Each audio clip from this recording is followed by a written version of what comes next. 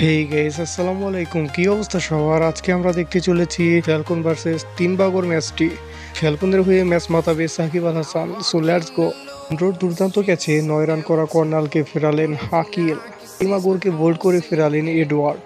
20 run করা জুয়েলকে ফেরালেন Edward. হেলমেটের step কামড়ে ব্যাটিংয়ে সাকিব। আরও ব্যাট হাতে ব্যর্থ সাকিব। 7 রানেই শেষ সাকিবের ইনিংস। 20 বলে 45 রান করে ঝড়ো ইনিংস খেলে ফিরলেন অ্যালেন। জয়ের জন্য নাইট রাইডার্সকে করতে হবে 168 রান। মোহাম্মদ আলীর বড় জুটিতে অ্যান্টিকাল লড়াইয়ের পুঁজি। 39 রানে অপরাজিত ছিলেন ইমাদ ওয়াসিম। মাত্র 5 রানে ক্যাচ দিয়ে ফিরলেন হেলস। ওয়েট ম্যাকুয়ের জোড়া আঘাত এবার ফেরালেন মুনরোকে। মাত্র 18 বলে 44 রানের বিধ্বংসী ইনিংস খেলে ফিরলেন মুনরো। মাত্র 10 রানে কর্নারের শিকার হয়ে ফিরলেন পুরান। 13তম ওভারে বোলিংয়ে এসে নিজের একক উইকেট শিকার করলেন সাকিব। সিপিএলে 2500+ রানের মালিক মুনরো।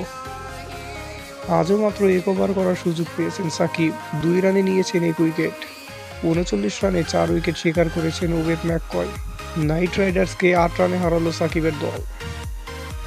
43 রানে অপরাজিত ছিলেন পলার্ড।